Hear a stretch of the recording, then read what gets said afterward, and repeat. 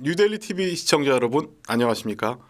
매주 월요일 법조 관련 신속한 소식과 알찬 정보를 소개해드리는 시간이죠. 그리고 심층 그 주제를 정해서 심층적으로 분석해드리고 여러분께 그 배경 및 진행되는 그 과정에 대해 설명드리는 시간이죠. 최근에 서초동 썰 시간에 최권 변호사입니다. 완연한 여름입니다. 오늘 낮 기온이 30도까지 오른다고 하는데요. 일교차가 크고 이럴 때일수록 건강 관리 조심하시기 바랍니다. 매주 서두에 말씀드린 것처럼 저희 최근에 서초동 썰 시간에는 시청자 여러분의 참여와 제보로 이루어지고 있는 방송입니다. 그래서 하단에 나오죠.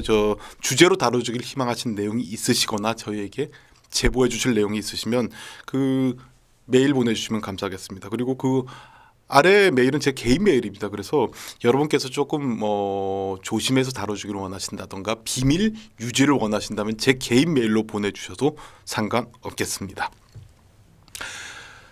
그동안 저희가 너무 정치적인 주제를 다루었다는 지적이 조금 있었습니다. 그래서 오늘은 조금 가볍게 가려고 하는데 이것도 사실 정치적인 내용이 조금 있기는 합니다. 그래서 우선 좀 지난주에 화제가 됐던 두 가지 법원의 판결 또 그리고 소식 관련해서 소개해드리고 그 내용이나 배경에 대해서 분석해보는 시간을 가지도록 하겠습니다. 우선 첫째 관련 영상 보고 말씀 나누도록 하겠습니다. 채팅 앱에서 만난 남성에게 수면제가 든 음료수를 마시게 한 뒤에 1억 원 상당의 가상화폐를 빼돌린 20대 여성이 중형을 선고받았습니다.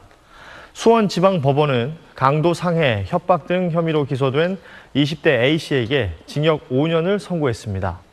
A씨는 지난해 6월 경기 용인에 있는 한 숙박업소에서 채팅 앱을 통해 알게 된 40대 남성 B씨에게 졸피뎀 성분이 담긴 음료를 마시게 해서 의식을 잃게 했습니다. 이후에 미리 봐둔 패턴으로 휴대폰에 잠금 해제를 푼 뒤에 B씨의 손가락을 휴대전화에 가져다 대서 지문 인증으로 1억 1천만 원 상당의 가상화폐를 가로챘습니다. 조사 결과 A씨는 채팅으로 알게 된 피해자가 상당한 가상화폐를 보유한 사실을 알고 범행을 준비했고 피해자가 돌려달라고 요구하자 피해자 가족과 지인들에게 폭로하겠다고 협박한 것으로 드러났습니다.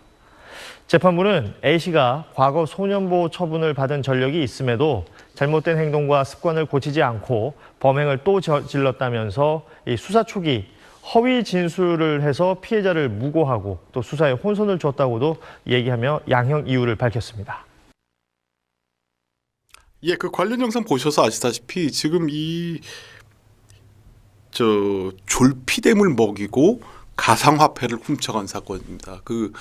사실 이거랑 조금 무관하지만 요새 저 개인적으로도 가상화폐 관련 사건들이 굉장히 많습니다. 그리고 이게 특히 젊은 층들 사이에서는 가상화폐 투자가 사실 저희야 잘 모르겠다마는 시청자 여러분께서는 어떨지 모르지만 젊은 층들 사이에서는 가상화폐 투자를 안 하는 사람이 거의 없을 정도입니다. 그러다 보니까 서로 가상화폐로 또 그리고 그중 일부는 가상화폐 투자로 상당한 돈을 벌어들인 사람이 많고요. 그리고 여러분 또 잘 아시다시피 가상화폐에서 상당한 이득을 얻었다는 게 보통 원금의 10% 20%가 아니라 10배, 20배 이득을 얻었기 때문에 사실 지금 현재 여러 가지 조금 취업길도 사실 어렵고 그리고 재산 증식도 어려운 젊은 층들이 가상화폐에 투자한 경우가 굉장히 많습니다. 그러다 보니까 가상화폐 관련 사건들이 많이 일어나고 있습니다. 그래서 이 건도 사실 그 측면에서 보면 되지 않겠나 싶습니다. 그래서 지금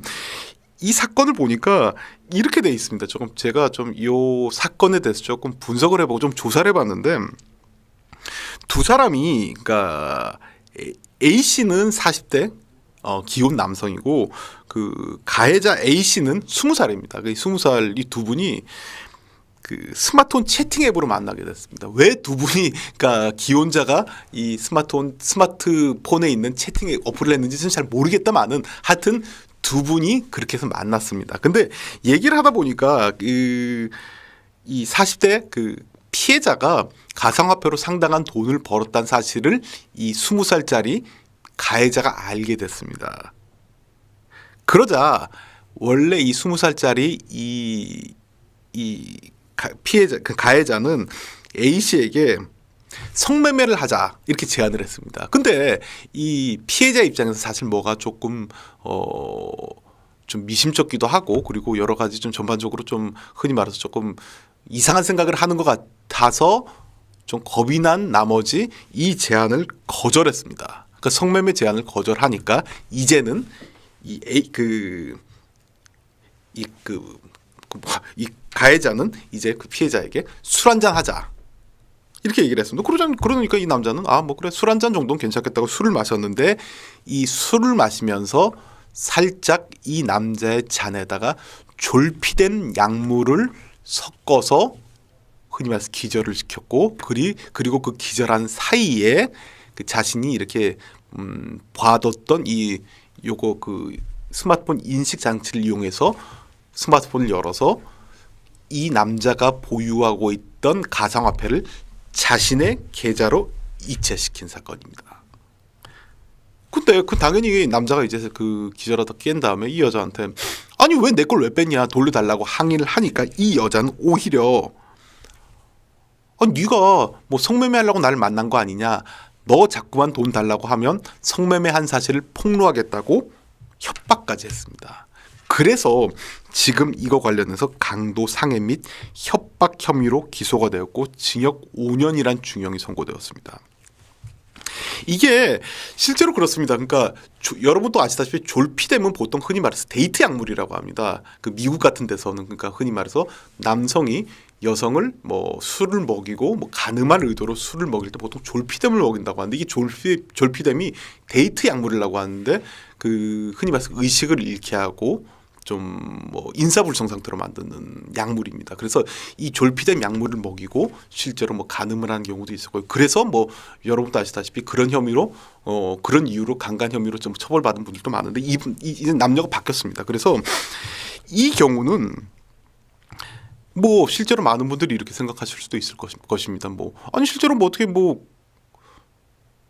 남자 몸에 상처도 나지도 않았고 남자한테 협박을 하거나 전 시청자 여러분께서 5년 받았다, 5년 뭐 몇 년 받았다고 물어보셨는데 5년 받았습니다. 근데 뭐 그런 것도 아닌데 왜 강도 상해냐 이런 질문을 하실 수도 있는데 이 졸피뎀이란 약물을 먹인 것 자체가 폭력으로 봅니다. 그렇기 때문에 이 폭력으로 그리고 기절을 시킨 건 상해이기 때문에 강도 상해가 된 거죠. 그러니까 폭력으로 타인의 재물을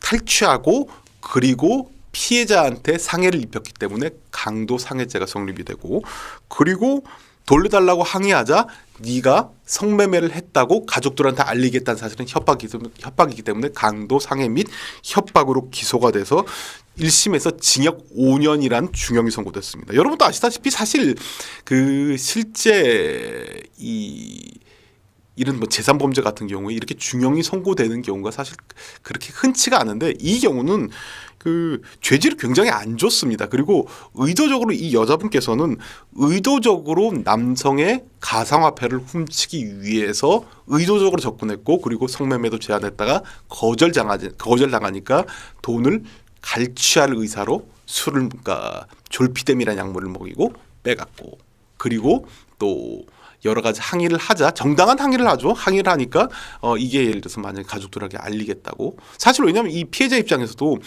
실제 성매매는 일어나지 않았다고 하더라도 유부남인 이 40대 남성이 20살 여자와 데이트 어플을 통해서 만났다는 것 자체가 그렇게 자랑스러운 일은 아니지 않습니까? 그래서 이 사실을 알리고 뭐 가족들이나 친지들에게 알리겠다고 협박을 했기 때문에 협박죄까지 성립을 해가지고 강도상해 및 협박 혐의로 기소가 돼서 중형이 선고를 받았습니다.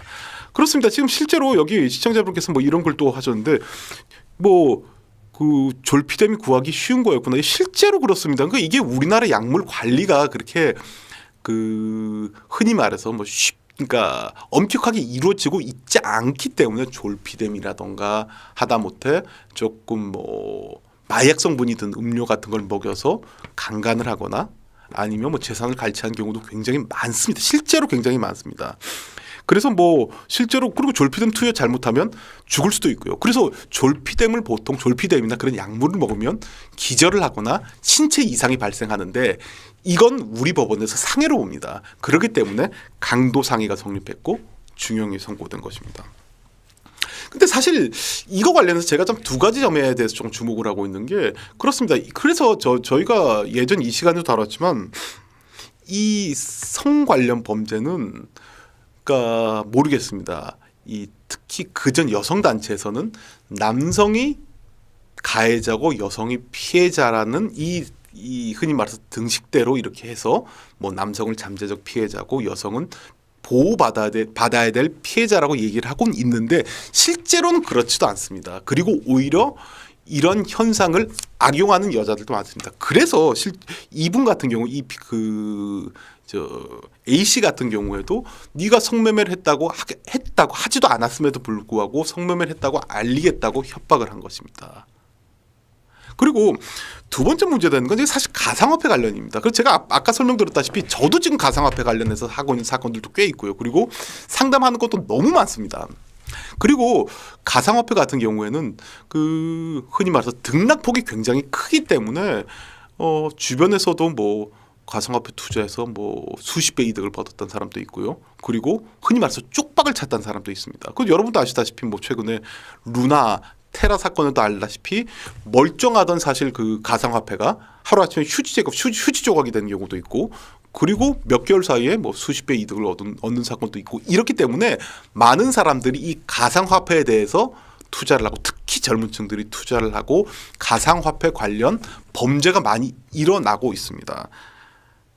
그래서 지금 이거 관련해서도 모르겠습니다. 이 가상화폐를 그렇다고 뭐 예전에 그러니까 문재인 정부 초창기 때는 가상화폐를 그 당시 그 박상기 법무부 장관이었나요? 그러니까 가상화폐 자체 그러니까를 어느 정도 부인을 하고 가상화폐는 사실 인정되어서는 안 된다는 취지의 발언을 해서 젊은 층들의 좀 반발을 산 사실이 있었는데 뭐 세계적인 흐름이다 보니까 이 가상화폐에 대해서 이거 어떻게 규제할 수는 없습니다. 그런데 그렇다고 하더라도 이 가상화폐 관련해서 어느 정도 좀 제약도 있어야 되고요. 어느 정도 조금 전면 금지는 아니더라도 규제는 좀 있어야 되지 않겠나 싶습니다. 그래서 뭐 요새 지금 하고 뭐 한창 이 언론 나오고 있지만 루나나 테라 사건 같은 경우에도 지금 하루 아침에 뭐 예를 들어서 만약에 몇십억 의 자산을 갖고 있다가 하루아침에 날아가 버린 사건이 벌어지고요.